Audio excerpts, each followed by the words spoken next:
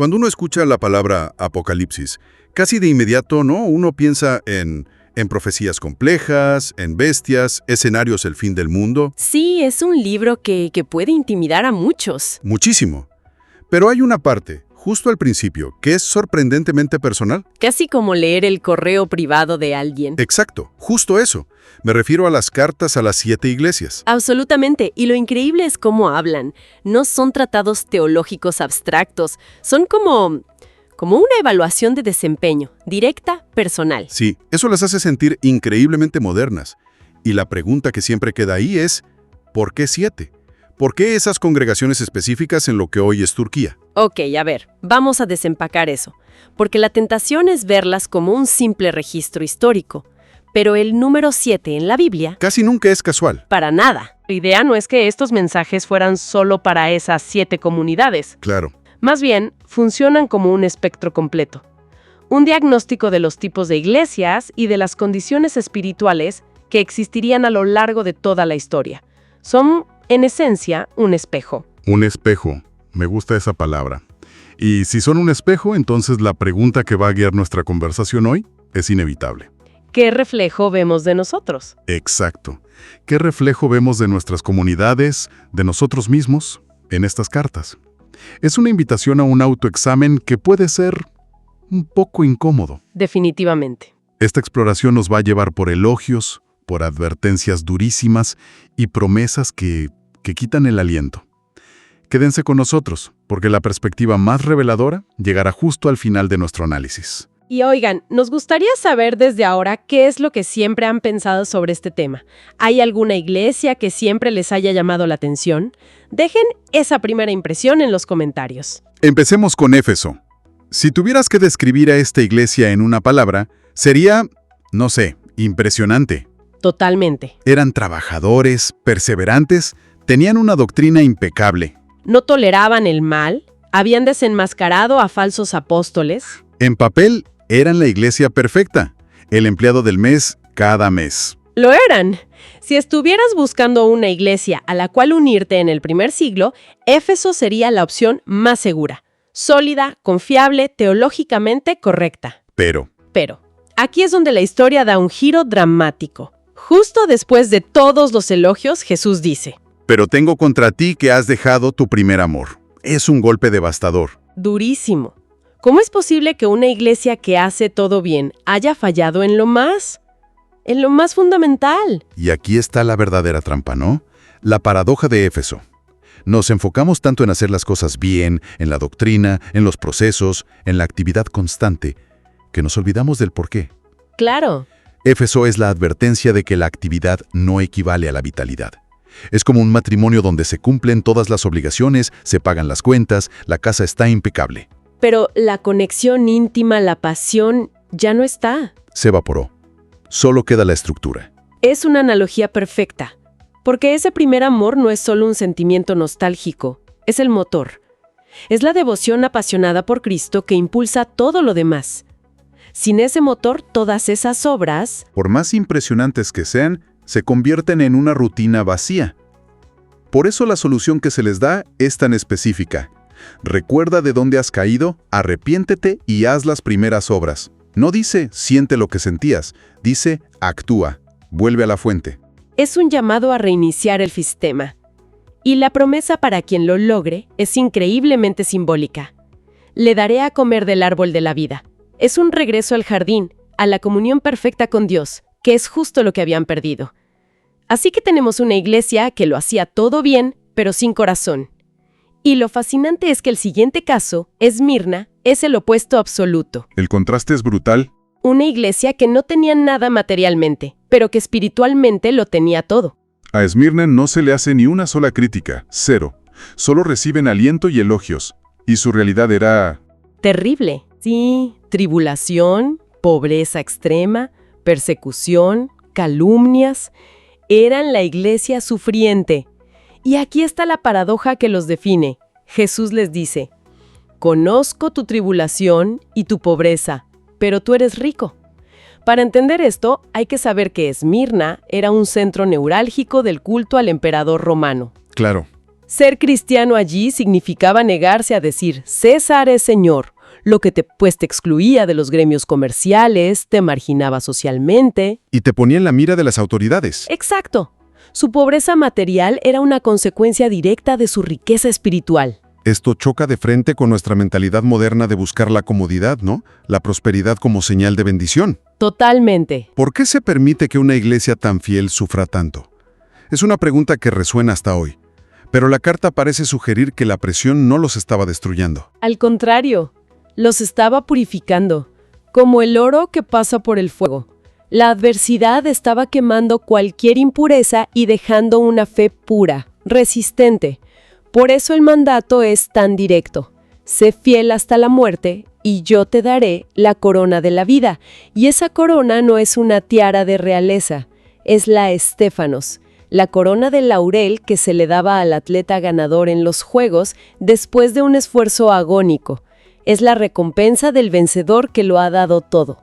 Esto nos enseña que la verdadera fortaleza espiritual no se mide por la ausencia de problemas, sino por la fidelidad en medio de ellos. Y esto lleva a una pregunta para quienes nos escuchen. ¿Cómo han afectado las dificultades su propia fe? ¿La han debilitado o, como en Esmirna, la han refinado? De la presión externa de Esmirna pasamos a un problema mucho más sutil en Pérgamo, el compromiso interno. Pérgamo es fascinante. Se les elogió por su valentía. Se mantenían firmes en un lugar, descrito con una frase, escalofriante. Donde mora Satanás. Imagínate, Pérgamo albergaba un altar monumental a Zeus. Era otro centro de culto imperial. Un ambiente espiritualmente tóxico. Y aún así, no negaron su fe. Incluso después de ver a uno de los suyos, Antipas, ser martirizado. Tenían agallas, sin duda, pero el peligro no venía de los soldados romanos. Venía de adentro. Exacto. El problema era que estaban tolerando a quienes sostenían la doctrina de Balaán y la de los Nicolaitas. Y esa doctrina de Balaán era un veneno muy sutil. No era un ataque frontal, era la idea de que, para tener éxito, para cerrar tratos en los gremios, tienes que participar en sus fiestas, en sus ritos paganos. Era el susurro de que puedes mezclar tu fe con la cultura sin que te cueste nada. Pero seamos honestos, esto es muy difícil en la práctica. Si te aíslas por completo, te vuelves irrelevante. Si te integras demasiado, corres el riesgo de Pérgamo. Es la eterna tensión, ¿no? Me pregunto si ellos mismos se dieron cuenta de que estaban cruzando la línea, o si fue un proceso tan gradual que ni lo notaron. Y la promesa que se les da es la cura perfecta para ese problema. A los que se sentían presionados a comer en fiestas idólatras, se les ofrece el maná escondido, El verdadero sustento espiritual. que nadie más ve. Y a los que temían ser marginados, se les da una piedra blanca con un nombre nuevo, una identidad secreta y segura que solo Dios conoce. Es la máxima afirmación de individualidad. Si Pérgamo trataba de un compromiso con influencias externas que se infiltraban, la siguiente iglesia, Tiatira, enfrenta un peligro que ya está cómodamente en casa. Exacto. Tiatira de hecho recibe elogios por muchas cosas, sus obras, amor, fe, servicio, perseverancia. Todo iba en aumento, parecía una iglesia en pleno crecimiento. Muy saludable. Pero el problema era increíblemente específico y grave.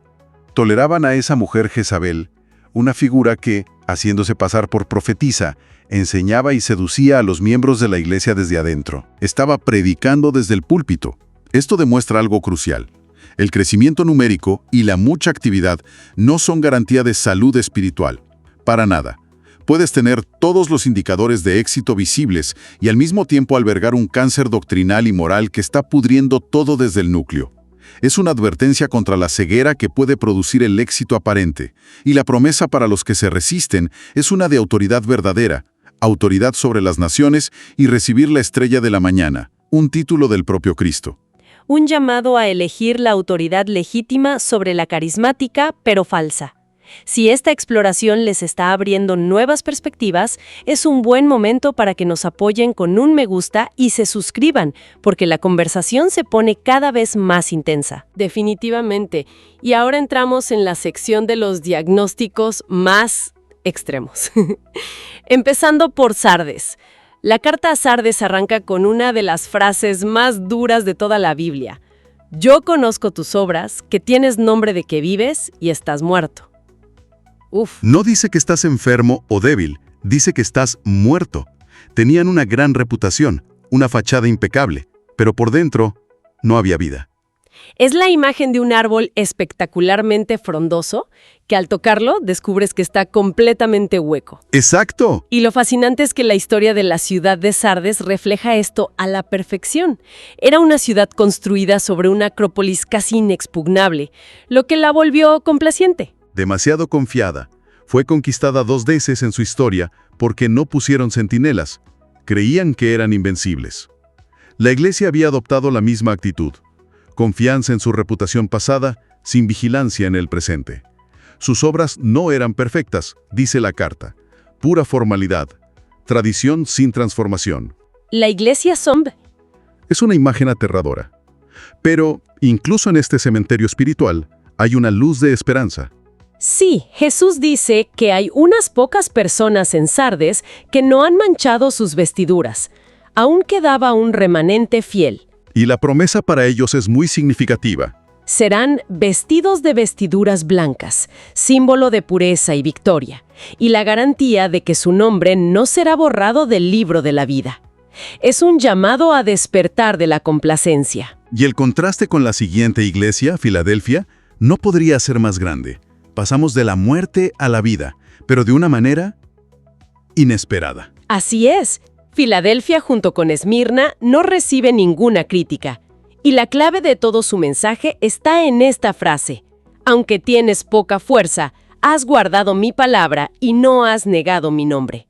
Esa poca fuerza es lo que me parece tan poderoso. No se les elogia por ser una mega iglesia influyente o con recursos ilimitados. Al contrario. Se reconoce su debilidad, su insignificancia a los ojos del mundo. Y es precisamente esa condición la que parece agradar a Dios. Porque su poca fuerza les obligaba a depender completamente de Él. No tenían poder propio del cual jactarse. Claro.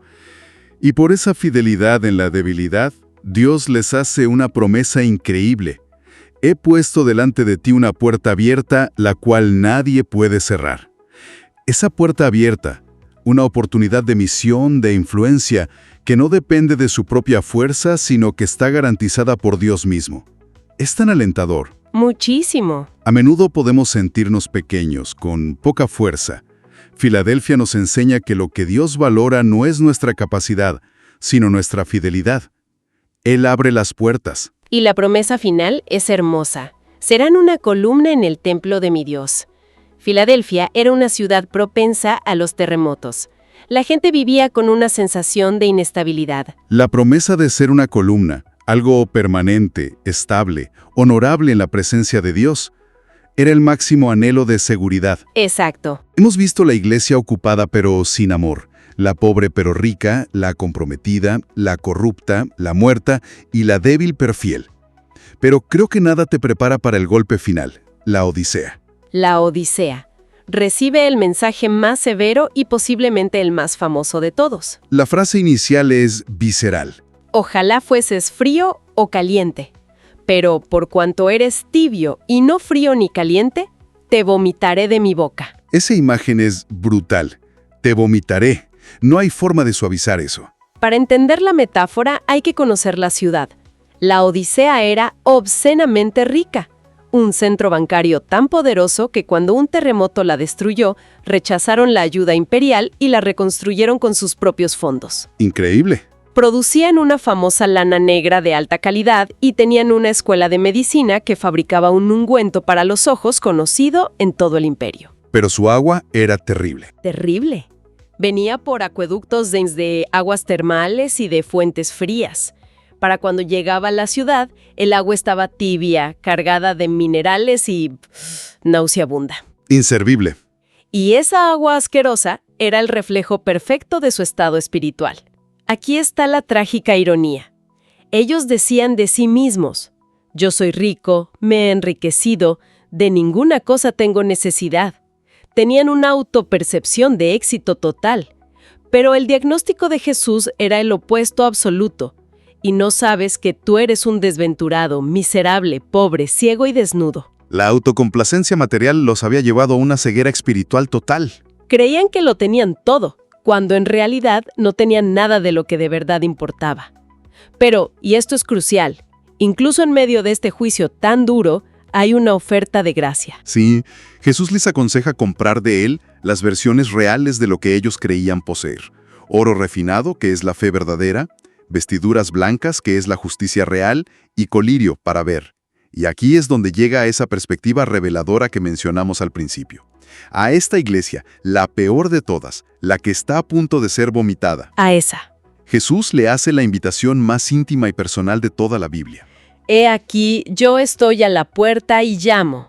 Si alguno oye mi voz y abre la puerta, entraré a él y cenaré con él y él conmigo. Es asombroso. No está derribando la puerta, está de pie, afuera, llamando gentilmente a una iglesia que lo ha dejado afuera por su autosuficiencia.